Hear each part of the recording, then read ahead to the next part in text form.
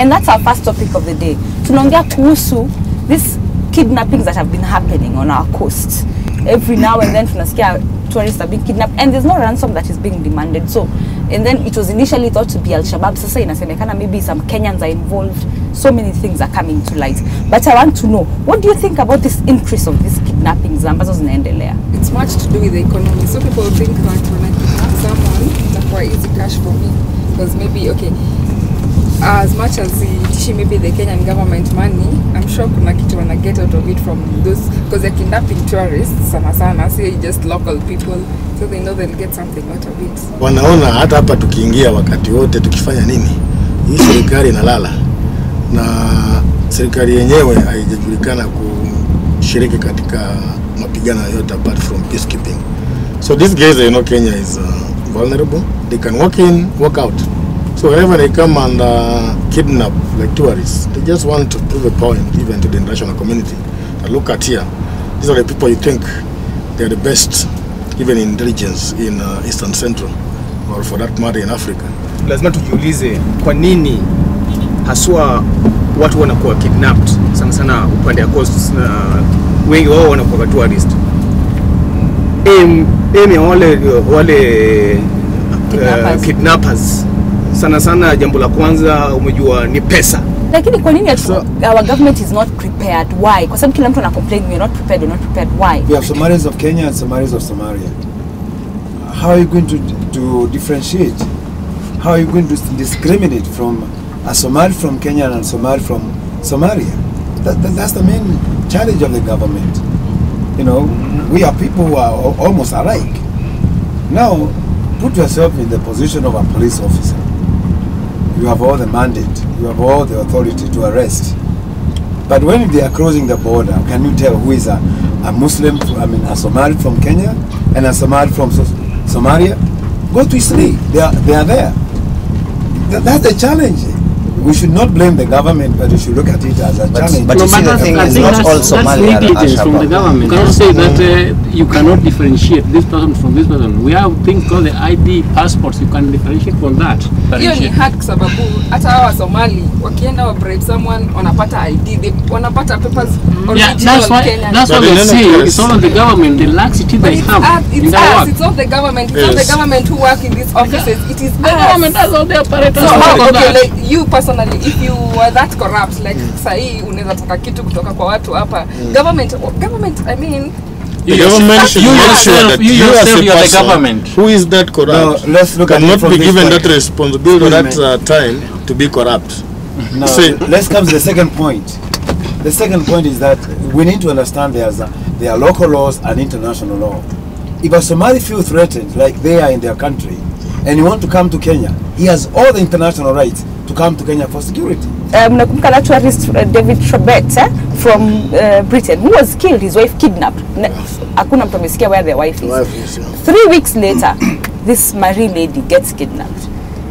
So why is there that security lapse? I think inafanyika hii watu wanafanya kidnapping wanatujaribu, washajua government, yani the security system yetu iko chini. So they are trying to show, because first they don't ask for ransom as you had said before. So wanajaribu tu kufanya intentionally or deliberately so that we can act, of which they have waited, and they are trying to do that every now and again to see if the government can act on such. These guys, they have worked in the government, they have worked in the navies, they have worked in the army. They know the weakness of the army and the navies. I cannot come here and start telling you that I know how to use this thing, and me I have not used it. How will I operate these things? And I have not used it. These people, they are there they were there in the navy, and they were there in the armies, so they know the weakness point of the government. They know the weakness point of the police people. So that's why they are coming back. They are trying to tell the international community that whether you tell us this, whether you trying to help these guys, they cannot help themselves. Juzi tulisikia ati they wanna divert talks ya polisi. Kila kitu wanasikia vile polisi wanaongea. So they have a upper hand. They have a upper hand. They have somebody in the government or in the political force They have informers. Who is doing this to them? Kama sisi tunakubaliana naye, then who's supposed to be responsible for protecting our waters, our country, our borders? The government. And then why are they not doing that? Let me answer by saying this. Number one, the ministerial position are not given to people who are professional, who knows what they are doing. They are dished out even to kiosk operators. How can a man who doesn't know about defense be in charge of defense? Exactly. How qualified is the Minister of Defense? How qualified is someone like Ngiru being the Minister of Health, Minister of Water, and she was the Secretary? Do you expect anything good to come out of her?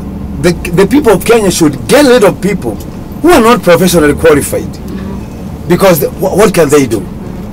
If you are given a computer and you are used to a typewriter of 1920, you know, that would be a sort of failure. Now let's come to technology. Our borders can be protected without going to the borders. Yes.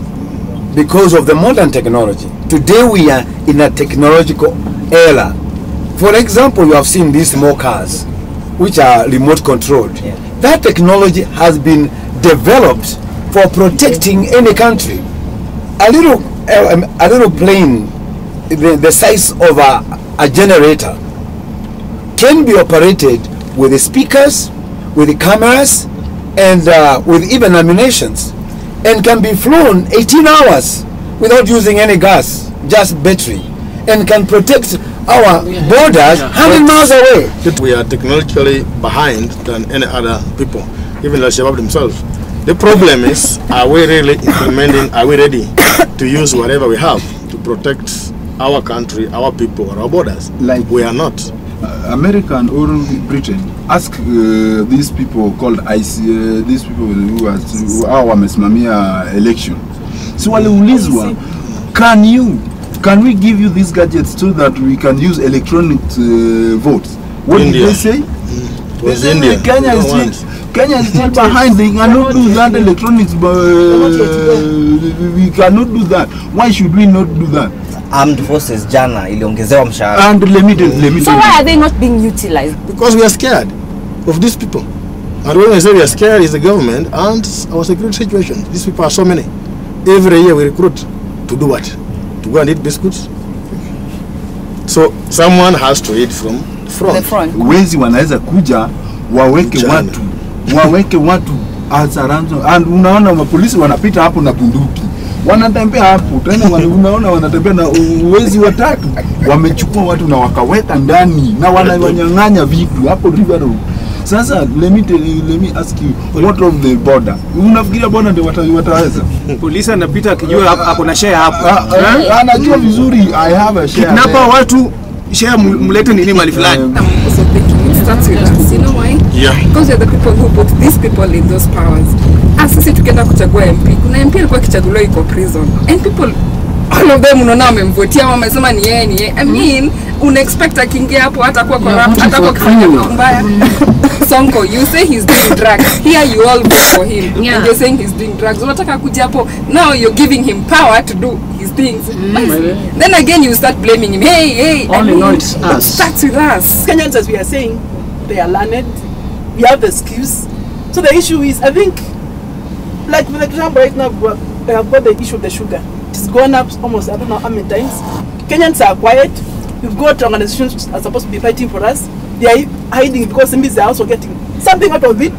So it's an issue of, we need so much to use the country. We are talking about putting value of life first. Now, before we think about protecting our people from foreigners, don't you know that Kenyans are actually on a very risky ground, even within internal issues? For example, drugs. A 24-wheeled truck will cross from Uganda all the way to any part of the country, carrying drugs, destroying children, and the police are aware about it. They have the machinery to stop it, but they don't do it. So if they cannot protect our children through this kind of drugs, why do you think that they are so concerned about protecting you from foreigners? That's the basic issue. Wow. Okay. What do you think the economic effects are going to be? Already Britain has issued a travel advisory to its people not to take caution when they are coming to Kenya or the coast. So that is already killing the income that the tourists were going to bring at this particular season. Let's ask a different question. Could it be that the tourist nations competing for tourists could be behind this too? Yeah. You know, It's a good question. Yeah. could be behind this hijacking so that they can destroy the tourist industry in Kenya, so that tourists can go to their Go to country. another country. Anything is possible Anything is at the possible. same age. So unaona maybe kunaweza kuwa na another angle to all this. Competition and business, you know, economy. There's Tanzania, there's Uganda, there's South Africa. They are all over the world, and they know that tourists come to improve the economy. That can be a theory, but let the government also wake up and say, fine, this is happening. Who is behind this? Al-Shabaab? Kenyans? Anybody in people about, business rivalry? It can even be the hotels themselves. Tukimalizia, what is the most effective way of dealing with this issue once and for all? Number one, we don't want jokers who are playing with lives. We want people who are serious about protecting our country. Okay, We so pay tax to be protected. And if somebody is going to have a game or a joke about it, get him out of there. Close the border, fine. What is Anybody cross the sea, these guys are they're just ragged people. Go there. Are we scared of Al-Shabaab? You can storm even Somalia. When they see you're acting, they'll keep off. Somalia is not a country. It's just a bunch of people. Kenya is a government. Sure. Let's extend the border to the sea. All the way to Mogadishu. Oh my God. And now land the whole country. it's not Yes, right. we can do that. wacha to wrap this, yeah? And if the people, if our government, basically, the people in power, we are the government, but if the people in power, as passionate as the people in this MATATU, I don't think we'd have this problem. So, the government is time to act. We need to secure our borders.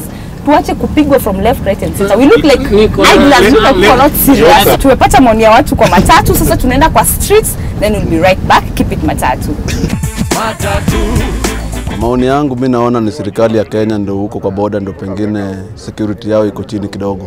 Kaa ni mzungu ameenda huko matourists, si wengi urudi. Si unaona Kenya haina security hata.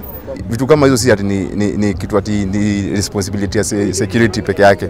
Unajua kuna ile wananchi kama kawaida. Unajua watu kaa sewa Al-Shabaab, Al-Qaeda. Hani wasi wanakaa na sisi. Na ni watu tunawamezea. Insecurity. Yeah, saa wale magava huko wafanye kazi ile inafaa. Haya ndo maoni ya watu kwa streets. We want to know what you think, and if you stand with us on this call kusema to protect borders zetu JB, yes, we act. Send us an SMS on 8398.